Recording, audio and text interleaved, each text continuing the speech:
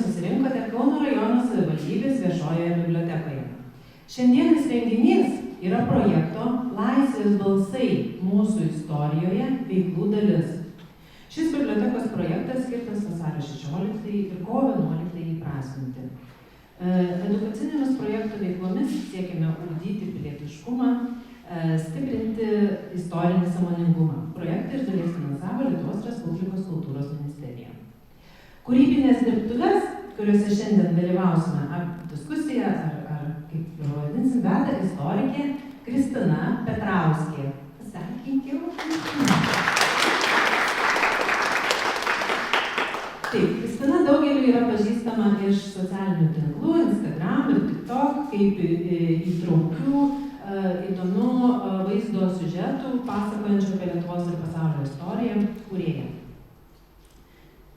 Šiandienos kūrybinėse dirbtuvėse labai prašome visų dalyvių aktyvumo. Reikia jūsų visų indėlio, kad susitikimas būtų ne sausa paskaita, o praturtinanti ir gyva diskusija. Tai mes pirmiausia aptarsime įvairias temas apie šiuolaikišką istorijos pasakojimą ir panašiai, ir tuomet jau atsigręšime į konkurso dalyvių darbus. Labai džiaugiamės jūsų darbais ir nekantraujame išgirsti, kaip jums sekėsi kurti, kokius patyrėte iššūkius, ką atradote ir kuo ši patirtis galėtų jums praversti ateityje. O dabar su džiaugsmu suteikiu žodį renginio viešniai.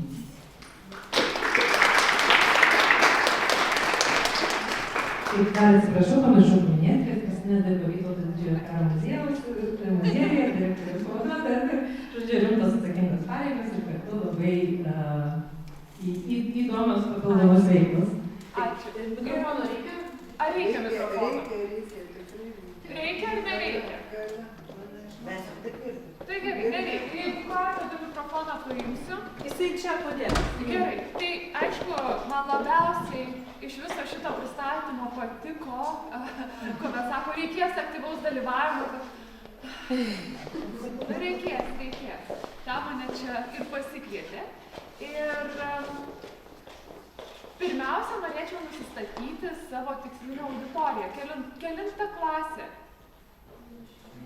10, kur labiausiai dūsauja. Okay. O tada gal galite pakelti rankas tie, kurie rašė rašinius ir yra laureatai? Ok, super. Gerai, tai turime 2 auditorijas. Ir aš pradėsiu gal nuo to, kad aš iš tikrųjų perskaičiau visus rašinius, kuriuos man siuntė. Ir man tai buvo ypatingai puikiai špargalkė, nes turėjau proteste sakyti kalbą. Tai man buvo labai smagu perskaityti, ką visi rašo apie laisvę ir demokratiją. Ir iš tikrųjų mintys yra be galo puikios ir taiklios. Ir man buvo taip smagu žinoti, kad jauniausios auditorijos dalyviai taip puikiai atliepia mintį, kurią būtų galima sustyguoti į tokias 3 kartas. Kad pirmoji karta svajojo apie laisvę, kai jie kalba apie senelius, ar prosenelius. Tuomet tėvai gynė laisvę ir ją džiaugiasi ir dabar vėl reikia ginti. Kad vaikai supranta, kad laisvė nėra duotybė. Yra tokia laisvė sąvoka, kur yra išvertus į lietuvių kalbą gali skambėti šiek tiek keistai. Tai yra neigiama laisvė. Tai neigiama laisvė, kad laisvė, aš garsiau reikia, ne problema. Tai kad laisvė gali būti neigiama. Neigiama, tai čia yra negativity, kad kai kažkas yra atimama, kažkas yra išimama, kažkas yra patraukiama ir tada tu esi laisvas. Pavyzdžiui, paimkime pavyzdį iš karo Ukrainoje. Kada yra iš Ukrainos teritorijos išvaroma okupacinė kariuomenė, yra kažkas pašalinama ir tada yra laisvė. Bet ukrainiečiai pradeda naudoti skirtingus terminus. Jie nesako, kad teritorija buvo išlaisvinta. Jie nesako liberated. Jie nebevartoja šito termino. Jie vartoja kitą terminą. Deoccupation. Deokupacija. Ir jie labai griežtai atskiria du terminus savo oficialioje komunikacijoje. Deokupacija ir išlaisvinimas. Liberation. Ir kaip jums atrodo, kodėl jie taip daro? Čia dalyvavimo dalis jau. Kodėl jums atrodo, kad jie taip daro? Nes laisvė nėra tas dalykas, kuris ateina pats savaime. Tai nėra tas pats žodis negatyvi, jisai skamba negatyvi, bet tai nėra tai, kas yra atimama, kažkas pašalinama ir atsiranda laisvė. Ne, laisvė yra tada, kada kažkas yra sukuriama. Ir jeigu yra pašalinama, nežinau, okupantų kariuomenė, kalėjimo grotos, koncentracijos stovyklos tvoros, žmogus netampa laisvas. Tai tampa pagrindinė priežastis tapti laisvu. Bet žmogus pats tą laisvę turi susikurti. Ir žinote, kada ukrainiečiai dažniausiai sako, kad ta teritorija jau yra laisva? Tada, kada ten susikuria mokyklų ir darželių tinklas ir jis gali funkcionuoti, ir tada, kada į tą teritoriją pradeda kursuoti autobusai ir traukiniai. Tada jau galima kalbėti apie kasdienį gyvenimą, kasdienius pasirinkimus ir žmogus gali tapti laisvu. Ir kalbėdami apie kasdienius pasirinkimus, vėlgi aš čia labai grįžtu į 5-8 klasių rašinius, man irgi buvo taip gražu pamatyti, kad moksleiviai labai gražiai reflektuoja, kad laisvas aš esu tol, kol aš suvokiu savo pasirinkimus ir nešu atsakomybę. Ir aišku, aš čia taip skambiai pavadino dirbtuvėm, išsirašiau tam tikras mintis iš ne tik laureatų, bet ir iš kitų dalyvavusių konkurse, kurias norėsiu su jumis aptarti ir padiskutuoti. Bet šiek tiek vis tiek pirmiausia noriu jūsų dalyvavimą. Kaip jums atrodo? Lietuviai šiaip yra labai į istoriją susitelkusi tauta. Ir kaip jums atrodo, kas Lietuvai yra svarbiau? Istorija, valstybės praeitis ar valstybės ateitis? Kaip jūs manote? Prašau. Manau, kad tai yra ateitis, nes būtent tokie daromi projektai, kad ateities kartos suvoktų, kas yra ta laisvė ir daug kitų konkursų, kurios galima dalyvauti, lavinti savo įgūdžius. Ir tai tiesiog ateities kartom būtų tas suvokimas. Turime dvi ateitis. Ar dar yra kažkokių kitokių minčių? O tai kaip mes pasakojam apie Lietuvą pusseserės vyrų iš Anglijos, pavyzdžiui? Tiesiog apie praeitį. Būtent. Niekados neturėsim tokias didingas ateities, neturėjom praeitį. Būtent. Kaip mes pasakojam žmonėm, užsieniečiam apie Lietuvą? Mes niekados neatsisėdam ir nesakom, žinokit, pas mus tokie kieti lazeriai, mes būsim kiečiausia Europos lazerių šalis. Mes niekados nesakom, žinokit, mūsų mikrokonduktoriai, tuo aplenksim Taivaną, mes niekados taip nesakom. Ką mes sakom? Tai nuo jūros iki jūros buvo. Žalgiris, mes kalbam apie mūsų praeitį. Kada mes pristatom Lietuvą pasauliui, mes niekados nekalbam net ne apie dabartinę situaciją. Nekalbam mūsų norų ir mūsų strategijos apie ateitį. Mes visą laiką pasakojam, kokie mes buvom. Nuo jūros iki jūros. Ir paskutiniai pagonys. Ta prasme, yra tas trio. Paskutiniai pagonys, Vytautas visą Europą į vietą padėjo, Lenkai karūną pavogė begėdžiai ir nuo jūros iki jūros. Bet tai čia buvo. Čia buvo, bet kodėl mes pasakojam, kas buvo? Tiesiog yra tas toks, žinai, pasididžiavimas, kad buvo, bet kas mes esam. O kodėl nesakom? Tai sakom, aš daleiskim niekada gyvenime taip nesakiau buvo. Gerai, kaip jūs pristatote, pavyzdžiui? Aš Norvegijoje dirbau, daleiskim, ta prasme, buvo tokia kalba. Sako, tai pas jumis šviesa yra, o aš tai žiūriu, taip yra, o laikraščiai. Taip yra. Laikraščių jau nebėra, bet... Ne, tai aš dirbau, ne dabar, ta prasme, atmeskim 10 metų. Jie įsivaizdavo, kad mes gyvenam asmens amžių, nors patys atradę naftą ir elektrą tik tai Mes jau turėjom seniau, pas mus jau elektrizuota buvo, ta prasme, plius minus. O jie dar, ta prasme, bet jie įsivaizdavo, kad mes gyvenam akmens amžiuje, kad mes neturim žiniasklaidos, kad mes neturim elektros ir, ta prasme, laukus apdirbam tik su arkliais. Jie to neįsivaizdavo, nes mes buvom uždari tą 30 metų, ne 30, 70 daugiau metų. Buvom uždari. Labai džiaugiuosi, kad jūs pristatote Lietuvą per dabarties perspektyvą, bet vis tik nuliūdinsiu, kad jūs esate mažuma. Gaila. Iš tikrųjų, kada mes pristatome Lietuvą, kada mes ją reprezentuojam, net, nežinau, vyriausybės lygių, mes visą laiką akcentą dedame į praeitį. Ir praeitis yra būtent tai, kas yra brangiausia Lietuvai. Ir kita vertus, aš labai suprantu tai, ir empatiškai suprantu tai, dėl to, kad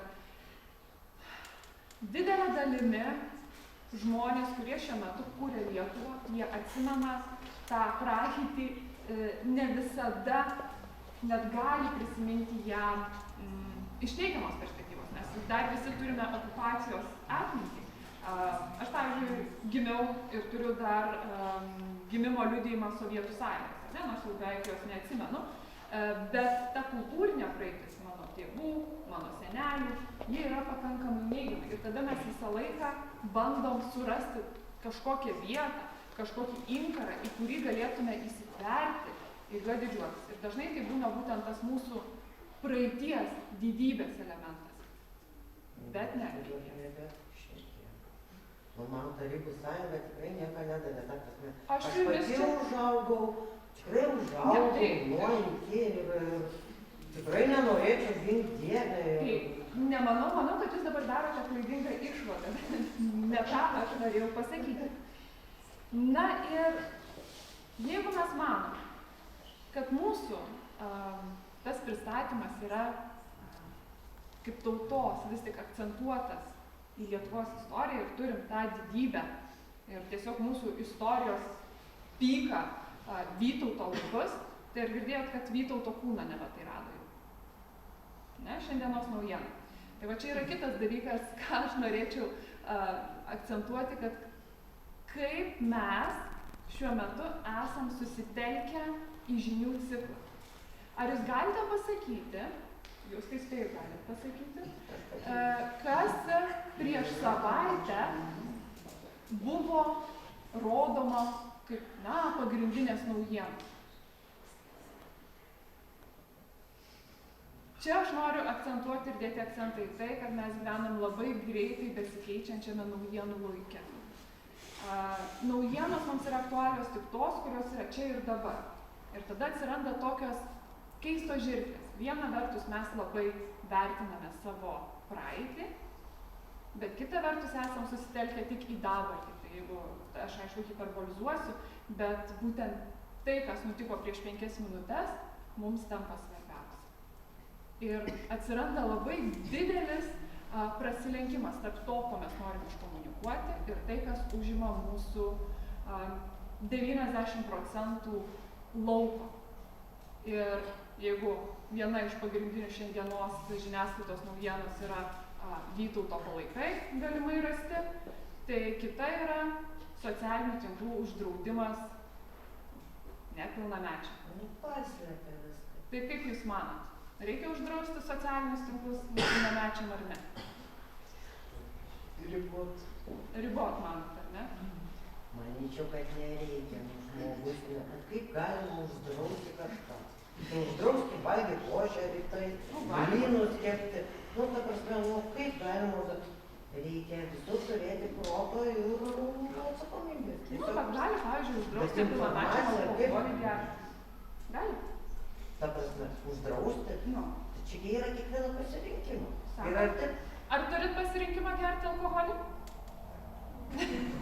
Tai palaukit, sueina tam tikri metai. Mes kalbam apie nepilnamečius. Ir dabar ar ne Australija eina link to, kad nepilnamečiam būtų uždrausta ir dabar šitas yra įsakymas, bus svarstomas ir Lietuvos Seime. Aišku, aš manau, kad nepilnamečiai gal yra per didelė imtis. Aš gal sakyčiau 13-14 metų. Bet kuriuo atveju, jeigu vaikas bus 14 metų, vaikas paauglys, jaunas žmogus bus 14 metų, tikrai ras būdą, kaip apeiti tą draudimą, čia aš garantuoju. Bet ar jūs sekate, kiek laiko jūs praleidžiate socialiniuose tinkluose? Ar jūs sekate, 10-tokai, kiek laiko praleidžiate socialiniuose tinkluose? Ir koks yra jūsų screen time'as?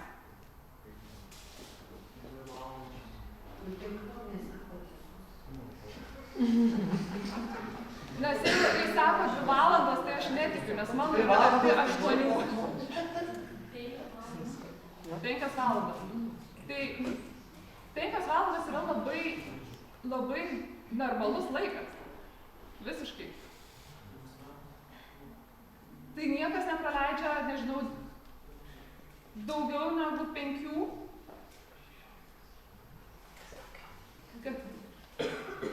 O socialiniuose tinkluose, kaip jūs vartojate visą mediją? Nepaleisiu, aš jūsų iškankinsiu.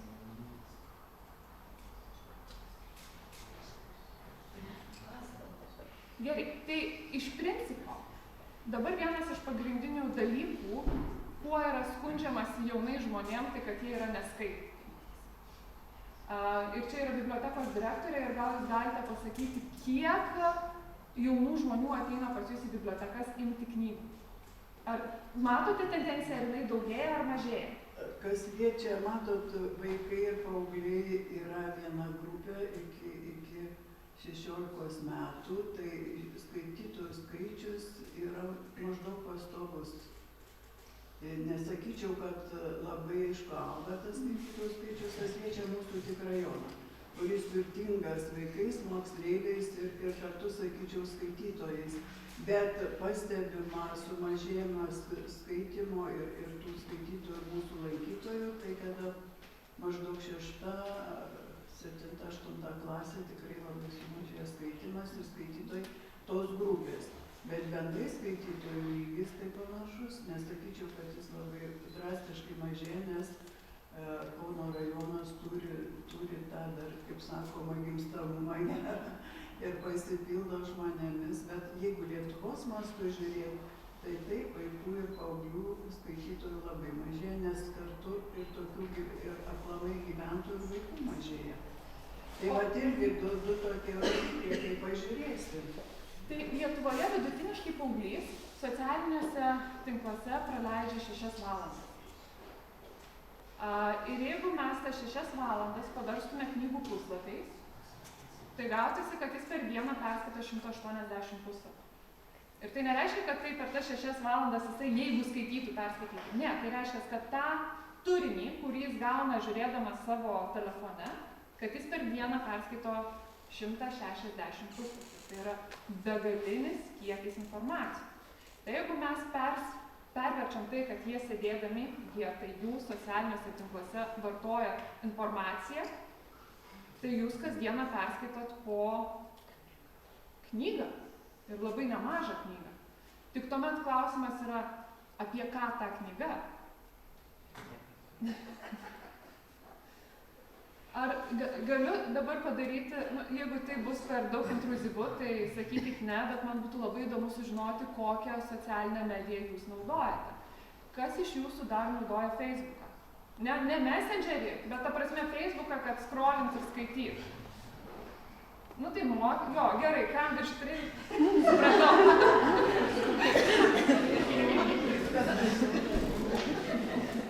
Skaitai ir ne Facebooką? Tarp kitko, šią vasarą turėjau stažuotę Aspeno institute ir mes ten kaip tik mokėmės apie dezinformaciją socialiniuose tinkluose. Ir ten buvo suvažiavę žmonės, kurie dirba apie dezinformaciją ir ten propagandinius naratyvus iš visos ES ir Jungtinių Amerikos valstijų ir buvo Metos atstovai.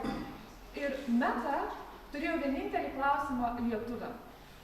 Jų klausimas buvo, ką jūs darot Facebook'e? Niekas Europoje nebenaudoja Facebook'o išskyrus lietuviai. Čia yra išskirtinis mūsų kažkoks fenomenas. Ir aš manau, kad čia yra turbūt labiau susijęs su Messengerio priedėliu negu pačiu socialiniu tinklu. Kas iš jūsų naudoja turinį Instagrame? Okay. Kas naudoja TikToką?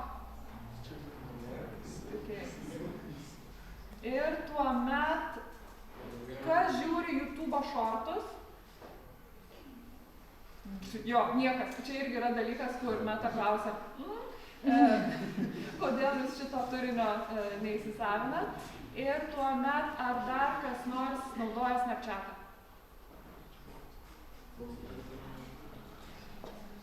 Okay, bet... Dabar kitas klausimas.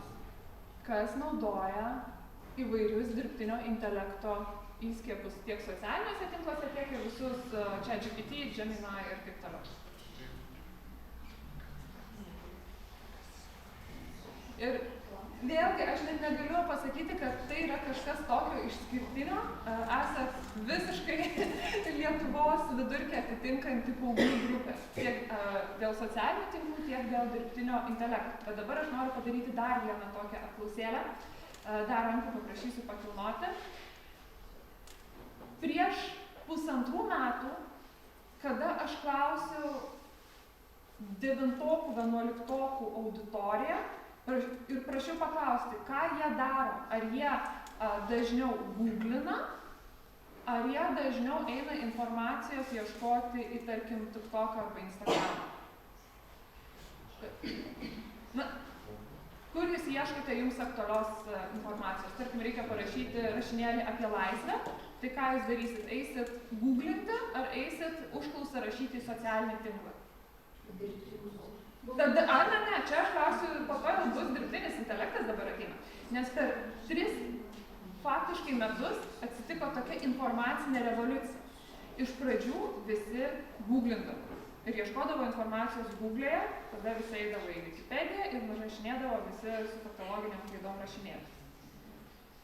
Tuomet visi informacijos pradėjo ieškoti socialiniuose tinkluose. Tai yra tas pats TikTokas, Instagramo Reelsai, kur jie bando per hashtagus susirasti informaciją ir perrašyti adaptuoti ten esančią informaciją pagal save. Dabar visi informacijos ieško dirbtinio intelekto būdu. Ar jūs ieškote pagalvom informacijos? Ką aš klausiu, aišku, jūs ieškote. Bet ar jūs patikrinate, ar jūs fact-checkinate tą informaciją, kurią jūs surandate?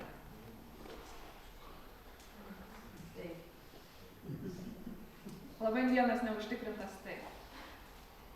Ir aš skaitydama, aš dabar pavardžių neišduosiu jokių būdų, bet aš skaitydama rašinius, kurių iš viso buvo 70, aš perskaičiau ne 70, bet tik atrimtą dalį geriausių rašinių, radau labai daug dirbtinio intelekto. Nu, tikrai nemažai dirbtinio intelekto. Ir kartais tas dirbtinis, ir aš matau, kad tekstas yra rašytas dirbtiniu intelektu ir netgi yra paliktas istoriografinės klaidelės. Ir, pavyzdžiui, aš matau tokių rašinių, kurie yra be proto geri rašiniai. Ir to aš matau metu, kad tam rašiniui sukurti taip pat buvo panaudotas dirbtinis intelektas, bet jis buvo panaudotas tokiu būdu, kad tai visiškai nemažina rašinio kūrybinės ar meninės vertės. Tai jūsų mokytoja čia, ar ne? Tai neprašysiu kelt rankos, kurie paskutinį kartą rašė rašinėlį su dirbtiniu intelektu. Bet dabar aš bandysiu irgi, nesakydama, ir čia jau ta dirbtuvių dalis prasidės, nesakydama rašinio autoriaus, pacituoti kai kurias mintis ir prašyti jūsų refleksijos apie tas mintis ir pabandykim pasakyti, ar ta mintis yra sugeneruota dirbtinio intelekto ar ne. Kadangi aš dirbu universitete, aš galiu pasitikrinti tiesiog, kiek jūs panaudojate to viso turinio. Tėvuko karta svajoja apie laisvę. Mano karta joje gyvena. Ateities karta turės ją išsaugoti. Naudota, nenaudota?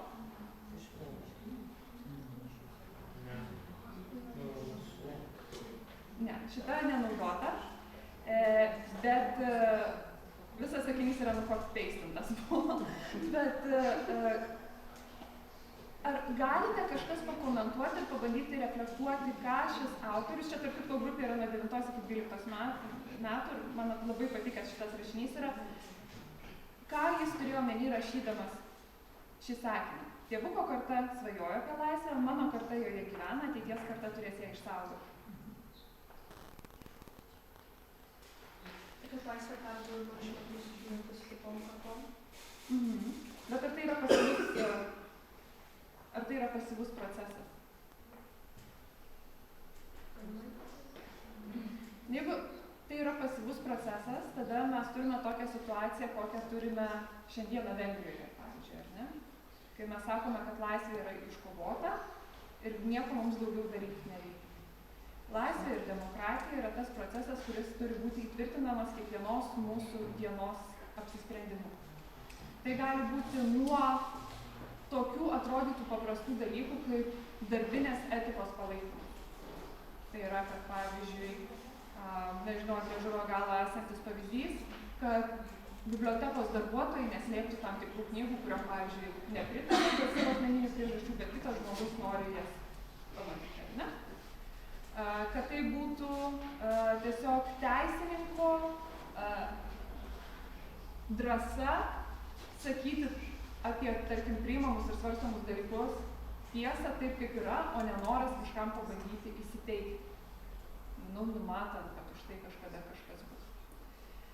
Tai man labai patiko šita mintis, kad ateities kartos turės ją išsaugoti. Kad šiuo atveju jauni žmonės, jūsų metų žmonės reflektuoja, kad tai turi būti aktyvus procesas. Ir kad kiekvienas žmogus turi prisimti asmeninę, tokią pareigą tą laisvę ginti, kad ir labai mažais kiekvienos dienos sprendimais.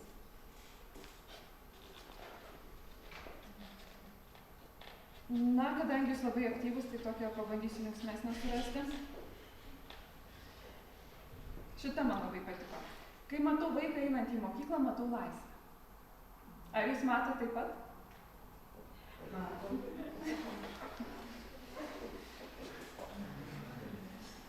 Gal netiesiogiai, bet tai jausmas yra. Taip. Bet aš tada pradedu mąstyti, kad šitą sakinį parašė penktokas. Ir man labai sunku tikėti, kad penktokas parašytų, kad tai yra laisvė, kada vaikas ateina į mokyklą. Ne, bet iš tikrųjų rašinys irgi yra labai puikus. Na, arba tarkime, laisvė tai galimybė rinktis, bet kartu ir pareiga atsakyti už pasirinkimus. Todėl sausio 11 man pati brangiausia šventė. Kame čia problema? Korektūros klaida, kaip ir kablelis nepadėtų. Bet prie ko čia sausio? Prie to, kad dirbtinis intelektas. Ne kovos sausio. Bet šiaip iš tikrųjų, jeigu labai rimtai, tai perskaičiusi visus rašinius, visus, nuo penktokų iki suaugusių, aš pati savo pasidariau išvadas, ką šiti 70 žmonių rašė rašinius, ką jie iškėlė į pačias aukščiausias ir svarbiausias pusės. Tai pirmiausia, laisvė yra žinoti, kodėl tu ją renkiesi. Kiekviename rašinyje, nesvarbu kokiu būdu sukurtame ir nesvarbu kokio amžiaus grupės, visi reflektuoja apie tai, kad labai svarbu yra suprasti, kas yra laisvė ir suprasti ją individualiai. Ir labai gražu yra tai, kad kiekvienas labai gražiai pabrėžia, kad mano laisvė baigėsi ties kito žmogaus laisvė. Man atrodo, tai yra labai smagu, kad ta čia aktyviai rašančių žmonių bendruomenė yra tokia reflektyvi. Ir galite, kadangi aš turiu jūs kažkaip pakalbinti, nes buvo dirbtuvės, pasakyti, kas laisvė yra kiekvienam iš jūsų. Ir tada gerai, tada nebelieka laisvės, darom taip. Yra antroje eilėje sėdi 3 vaikinai, kažkuris iš jūsų turit jūs patys dabar greitai per 20 sekundžių nuspręsti, kuris pasakys, kas kažkuriam yra laisvė.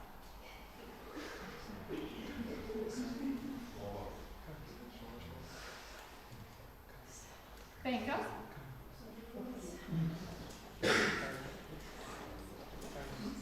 Na, 3.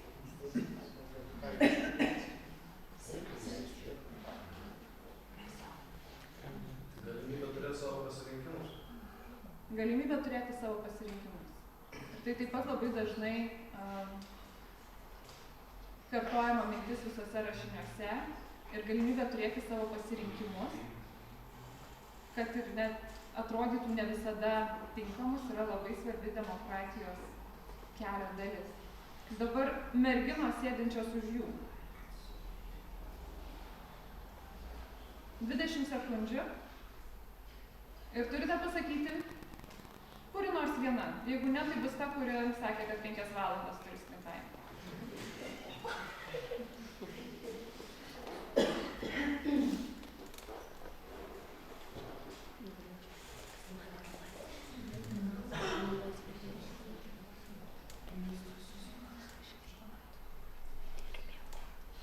Na, liko 5 sekundės, aš turiu laikmatį.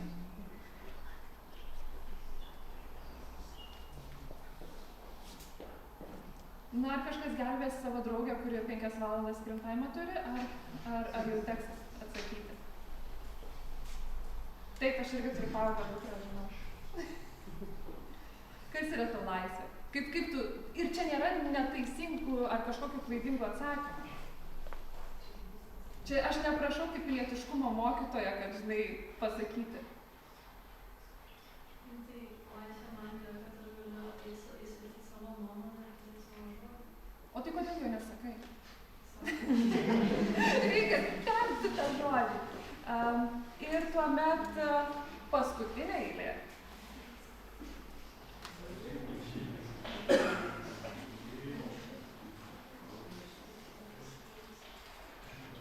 Pasinaudokite laisvę išsakyti savo nuomonę.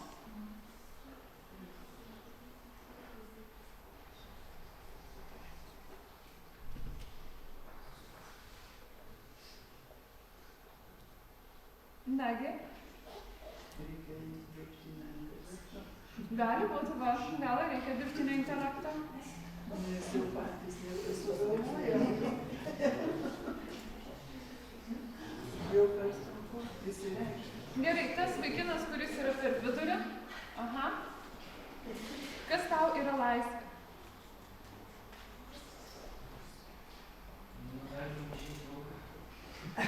Išeiti lauką, nebe į mokyklą, ar ne?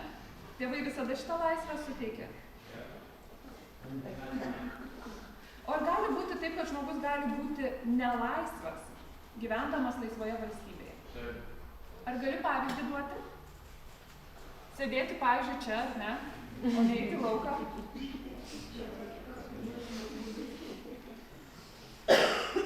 O kaip atrodo jums? Kas šiandien labiau riboja laisvę? Valdžia ar mūsų pačių abejingumas? Mokykla. Ar lengva turėti savo nuomonę, kai visi aplink galvoja kitaip? Ir tada dar sėdi čia prieki viena, kuri sako, pasakyk, kaip galvoji. Tai kaip, ar lengva turėti savo nuomonę, kai visi aplinkui galvoja kitaip?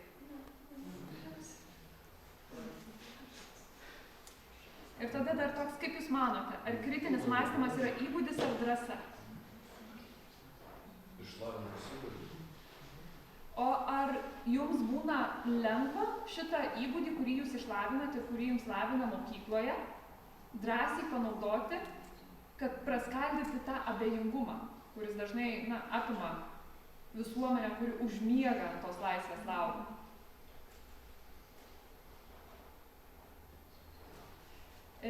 Kadangi jūs esate dešimtokai, yra toksai istorijos konceptas, kuris buvo labai populiarus prieš 30 metų.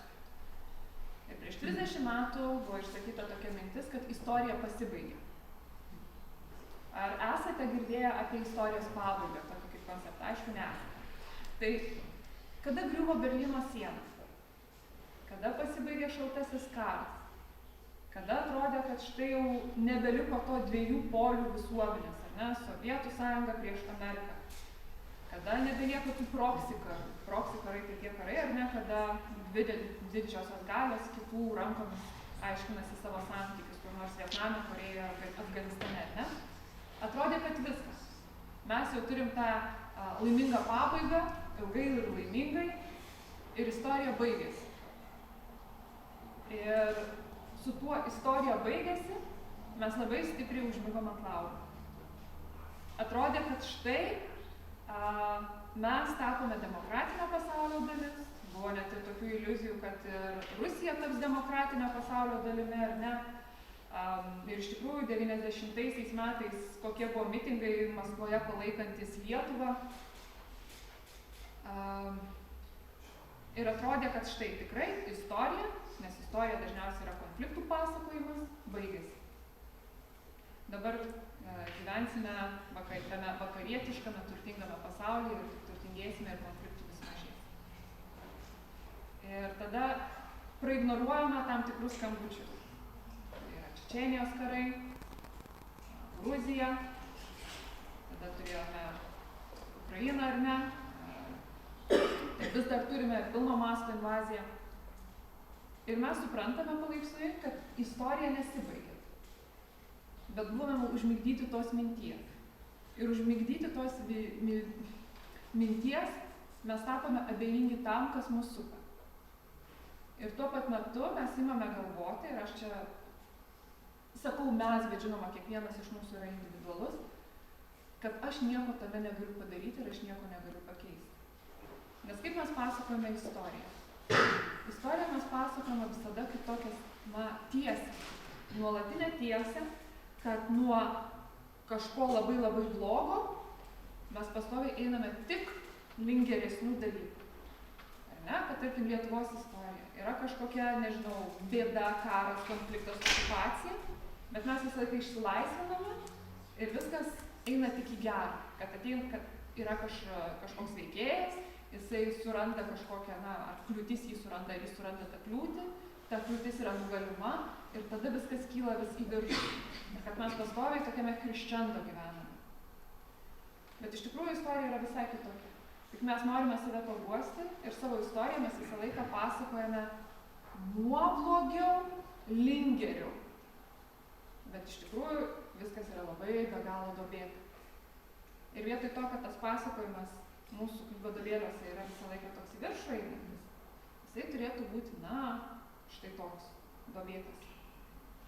Ir tas istorijos baigtumo posūkis mums suponuoja, kad mes ją baigtumėme kažkur čia, aukštai, aukštai. Bet iš tikrųjų mes negalime garantuoti ir pasakyti, kur jis baigsis. Tai gali būti didžiausia duobė. Ir tas iliuzija ir užliūliavimas, kad viskas tik gerėja, kad viskas yra tik nuolatinis progresas ir nėra jokio regreso, yra labai labai pavojingas. Ir tas abejingumas ir apatiškumas labai stipriai prisideda prie to, kad Europoje jau dabar vyksta tokie procesai, ir aš labai nemėgstu sakyti, kad istorija kartojasi, bet tokie, kokie vyko 39 metais. Ir čia galima kalbėti apie Vengrijos ir Slovakijos, ar ne, kryptį į labai stiprią dešinę. Tai, kas vyksta Lenkijos vidaus politikoje, yra irgi labai didelis krypimas į užsidarimą ir nacionalistinę mintį. Ir istorija, nors ir sakau, nesikartoja, bet ji parodo, ji moko ir ji perspėja. Istorija perspėja, kad demokratijos nežlunga čia pat ir dabar staigiai. Kad tam reikalinga daug smulkių žingsnių. Tokių žingsnelių, kurie plika akim net nepastebės. Istorija moko, kad laisvės taip pat labai dažnai netenkame ne čia ir staiga, o per kelis metus, vėlgi galiu duoti tą patį Orbano pavyzdį, 18 metų, ir iš pradžių atrodė, kad nieko čia tokio baisaus nedaroma, bet per 18 metų, žingsnelis po žingsnelio, po nedidelio pokyčio, po tokio pokyčio, kurį net labai sunku artikuliuoti, tai tapo valstybė, kurioje nėra ne tik laisvos spaudos, bet žinote, kad Vengrijoje yra netgi vyriausybinė influencerių agentūra. Jeigu tu esi influenceris, ar ne, tarkim Sigel, nežinau, kas Sudaitis, ne, ir tu nori reklamuoti dalykus, tu turi būti prisiregistravęs Vengrijos oficialioje influencerių agentūroje. Tai yra kažkoks košmaras baisiaus. Tu net kremuko neparduosi be Orbano legitimuoto naratyvo. Ir lygiai tas pats, žingsniukas po žingsniuko, yra daroma dabar Lietuvoje. Ir nežinau, kiek aš čia galiu krypti į politiką, būdama Kauno rajono savivaldybėje, bet dabar vėlgi mes matome, kad yra daromas žingsnelis ir jis yra labai mažas ir jo imtis atrodytų nieko nepakeistų, bet po jo seks ir dar vienas, ir kitas.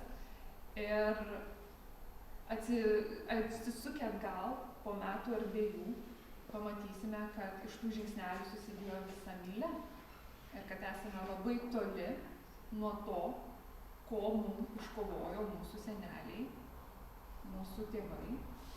O grįžti bus labai sudėtinga. Ir grįžti dažniausiai kainuoja labai daug. O šiandien jūs galite būti neabejingais, galite būti neužliuliuoti to tokio istorijos saldaus įsivaizdavimo, kad ji kyla visada į viršų ir bandyti reaguoti čia ir dabar. Ir aš iškalbėjau savo 40 minučių, jūs ne. Bet aš matau, kad yra mokytoja. Ir jūs esate jūs auklėtoja ir kurio dalyko mokytoja? Ne jūs? Ne. O jūsų auklėtoja yra čia? Mokytojas, kurią jūs atėjo. Eina savo, jai laisvė, juk ne. Nesąžininga visiškai. Bet aš norėčiau, kadangi nėra jūsų mokytojas ir niekas jūsų negali... čia jūs. O kurio dalyko jūs mokytoja esate su gyvenimo? Žiauriai gerai. Ar aš galiu paprašyti jūsų, kad jūsų klasė padarytų tokį eksperimentą? Bet ta prasme, aš neprašysiu jokio atskaitomumo, bet tiesiog man būtų labai smagu, kad mokiniai pabandytų vis tiek, kaip supratau, 5 valandas socialiniuose tinkluose būna. Ir, ta prasme, aš pati žinau, ką aš darau, kai aš grįžtu namo ir būnu pavargusi. Aš griūnu į lovą ir skrolinu kvailiausius filmukus. Bet aš labai norėčiau, kad kurią nors dieną jūsų vaikai pabandytų tiksliai suskaičiuoti, kiek laiko jie praleidžia socialiniuose tinkluose ir kiek turinio, kurį jis suvartoja socialiniuose tinkluose, yra edukuojantis ir kiek jis yra skirtas apie pasaulio pažinimą. Ir tada būtų labai įdomu pabandyti pamokoje, padiskutuoti, kokias žinias jie gali gauti iš socialinių tinklų. Nes, pavyzdžiui, mano pusė feedo yra, nesakysiu kokio, bet kita tikrai yra tokia ir aš labai kryptingai stengiuosi, kad mano praleistas laikas socialiniuose tinkluose sudėtų visai neblogą 180 puslapių knygą. Ir aš bandau kryptingai tos algoritmus nuo, nežinau, nesakysiu, pereiti prie kažkokio istorinio ar kultūrinio pažinimo. Ir jeigu jūs pabandytumėt su savo ugdomąja klase tiesiog pasidaryti tokį, restartą tų socialinių tinklų ir bandyti socialinius tinklus traktuoti kaip tą skaitomą knygą. Nes iš tikrųjų jos galima išnaudoti labai kryptingai ir labai gerai ir labai edukuojančiai. Ir iš tikrųjų yra labai puikių kūrėjų jau ir Lietuvoje, kurie daro labai puikų edukuojamą turinį nuo nasos biologų iki, nežinau, seksualumo ir lytiškumo pagrindų būtent orientuota į vaikus, kaip, pavyzdžiui, ribologija, kaip puikiai aiškina vaikam, kas yra galima, kas leistina, kas neleistina. Tai su tokiu eksperimentu, manau, bus galima padaryti tai, kad nustos kilti tokios kalbos, kad vaikams reikia drausti socialinius tinklus, o eiti link to, kad vaikus edukuoti, kaip naudoti socialinius tinklus, kad jie galėtų gauti kuo didesnį grįžtamąjį ryšį. Ir tada visai, bet čia tik siūlymų. Ir čia tada visai pabaigai aš norėčiau dar 2 mintis iš rašinių pasakyti, kurios man tapo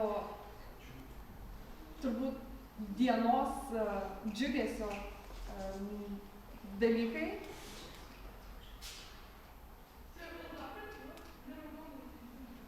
Tai pirmiausia buvo mintims nereikia leidimo. Tai buvo vėlgi labai gražu ir šitą parašė mergaitė, kuri yra penktokė. Ir kad penktokas vaikas taip gražiai gali, sureflektuoti, kad mintims nereikia leidimo. Ir man buvo labai labai gražu. Ir dar man viena labai patikusi mintis, kurią aš norėčiau gerbiamiem 10-okam palikti. Tai laisvė prasideda tada, kai nebijai būti savimi. Ir man atrodo, jūsų amžiaus jauniems žmonėms tai yra labai svarbu žinoti, kad labai svarbu būti ištikimam savo ir savo vertybę. Tai tiek.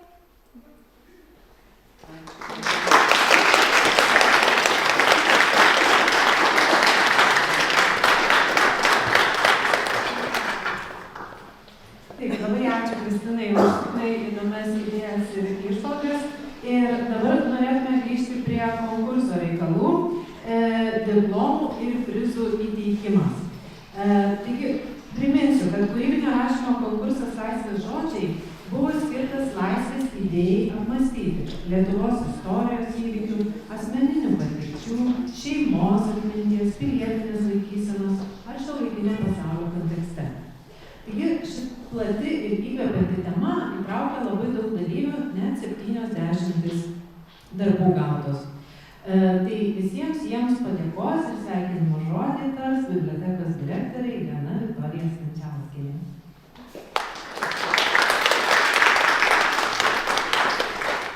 Labai džiugu jūs čia matyti, labai jūs visus sveikinu ir tie, kurie rašė ir dalyvavo mūsų konkurse.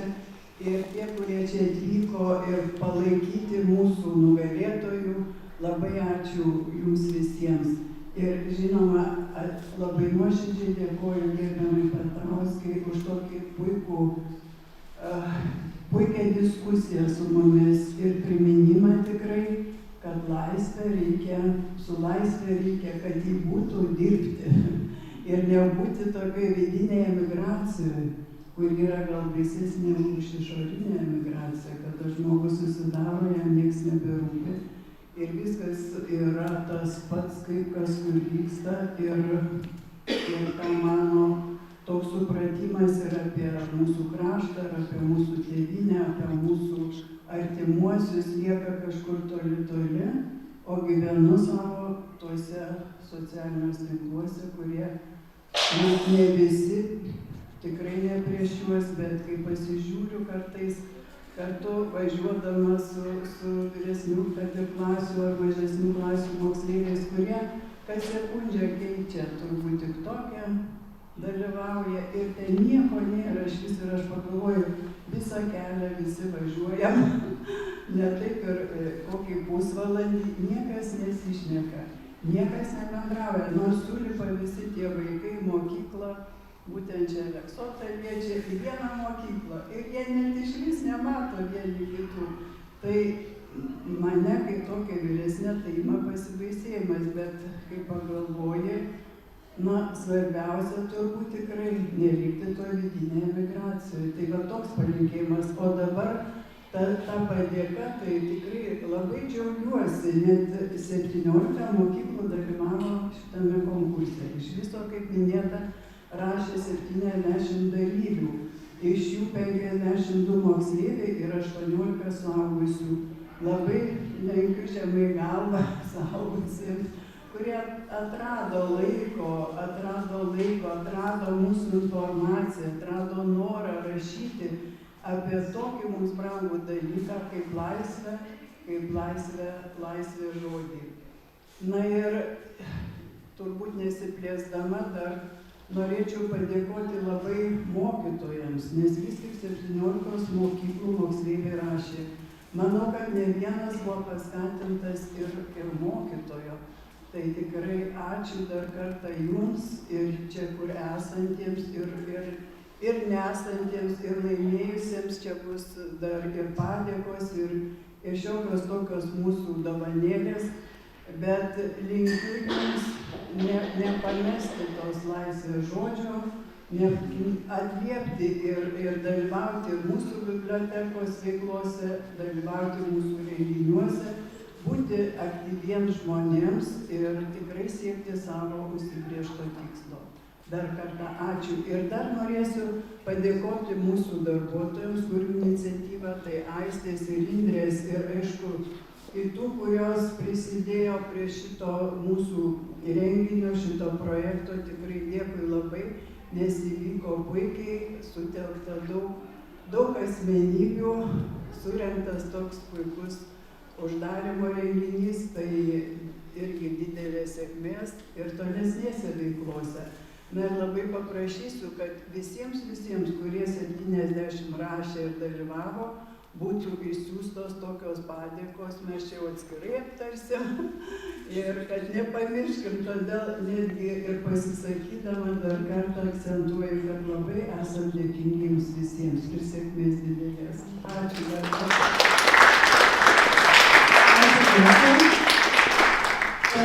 Taip, dabar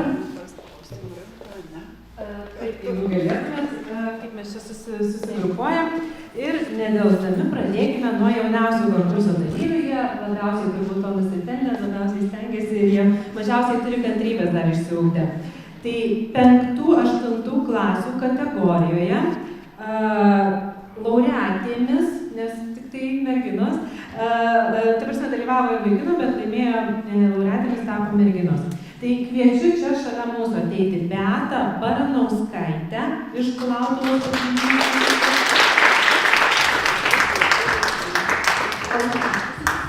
Visi tegul atgal sueina, tada 3. Ir Austėja Barškietytė iš Kulautuvos apylinkės.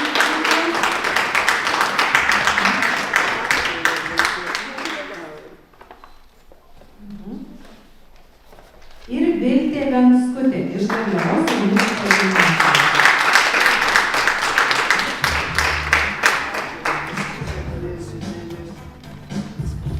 Nuoširdžiai sveikinam jūs ir labai džiaugiamės jūsų darbais, fotografai fotografuoja.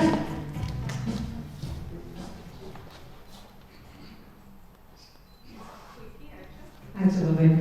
Taip, dabar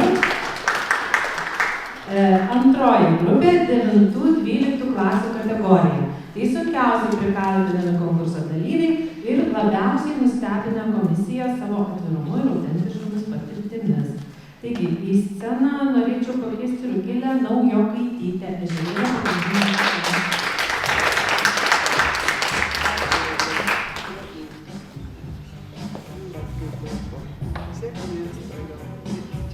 Taip, kita laureatė yra Deiva Kaminskaitė. Deja, šiandien negalėjo atvykti, tai gal yra mokytoja iš Kulautuvos Emilija.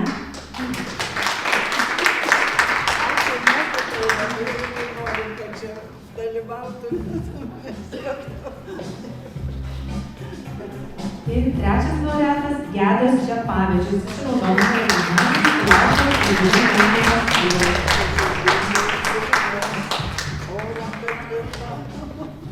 Taip, dar paprašysiu visų gražiai nusišypsoti mūsų fotografijai. Ačiū labai. Ir suaugusiųjų grupė. Konkurso komisijos balsavimo rezultatai lėmė, kad šiemet laureatais tapo jaunosios kartos atstovai, brendę ir formavęsi jau laisvoje Lietuvoje. Jų žodžiai tikrai labai sujaudino komisijos širdis. Taigi, kviečiame suaugusiųjų grupės laureatus. Dainora Minkevičiūtė.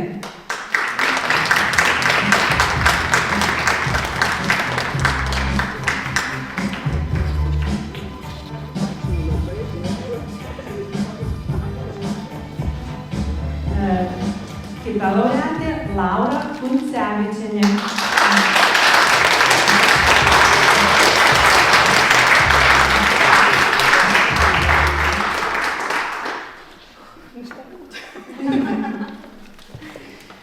Ir Trečias vyriškis, labai džiaugiamės, kad ir vyriškiai yra tokie raštingi ir tikrai darbas sužavėjo visą komisiją. Tai net nežinau, slapyvardžiu turbūt nori būti pristatytas konkurso dalyvis Miškinis Forest.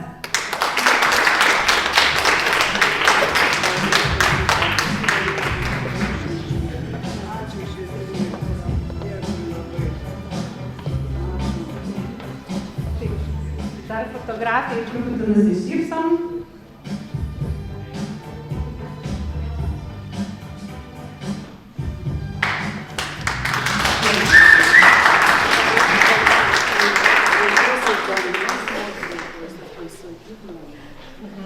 Taip, tai dabar dar apsitarėm, jeigu kas nors, kas netaip aktyviai dalyvavo pirmoji renginio daly, bet dabar turėtumėt minčių, tai labai kviečiame pasidalinti.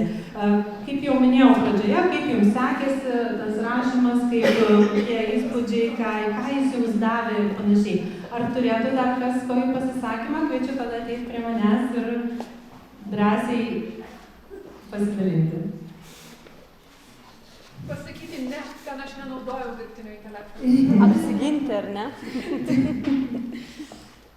Tai va, tai žodžiu labai džiugu, kad tiek turime Kauno rajone tokį susidomėjimą kūrybinio rašymo konkursų. Manau, kad čia tikrai ne paskutinė tokia bibliotekos organizuojama veikla. Šiandien jūsų daug, jūs visi skirtingo amžiaus ir skirtingų Kauno rajono vietovių, iš skirtingų mokyklų ir visiškai su skirtingomis gyvenimo patirtimis, bet visiems jums svarbu rašyti, svarbu laisvai rašyti savo laisvas mintis ir labai džiaugiamės, kad su mumis pasidalinote savo laisvomis mintimis apie laisvę. Tai dar norime labai padėkoti istorikiai Kristinai Petrauskai, kurios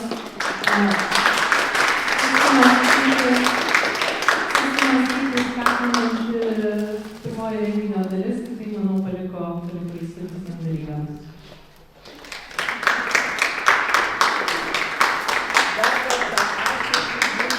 Laukiam visada su jūsų išmintingom mintim ir tokiu puikiu pristatymu. Jums sėkmės.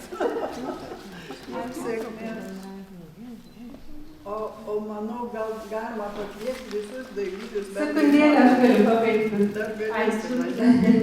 Ačiū Kristinai, ačiū direktoriai ir visai bibliotekos komandai už šio projekto gyvybę ir žinoma kiekvienam dalyviui, kurie ir tiem, kurie, žodžiu, visaip išmaniai rašė ir kurie tiesiog pasidavė tai balto lapo baimei, ieškojo, tiesiog nepasidavė baimei ir išdrįso surasti tuos reikalingus žodžius.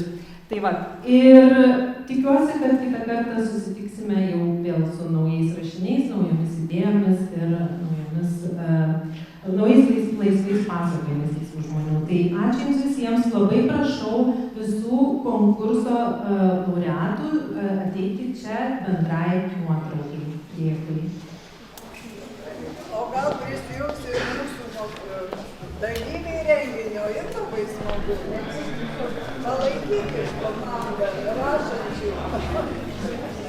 Bet kviečiam, kas norėtų prisijungti. Ir su jumis labai